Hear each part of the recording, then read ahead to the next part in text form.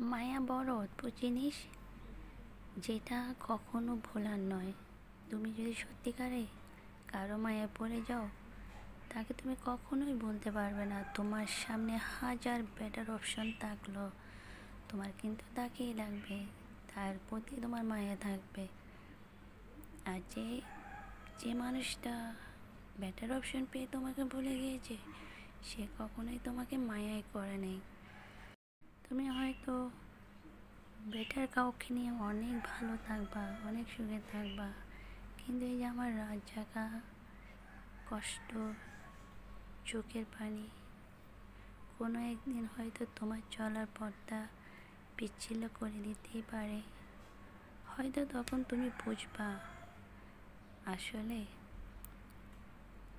ও কিন্তু সবচেয়ে আলাদাই ছিল।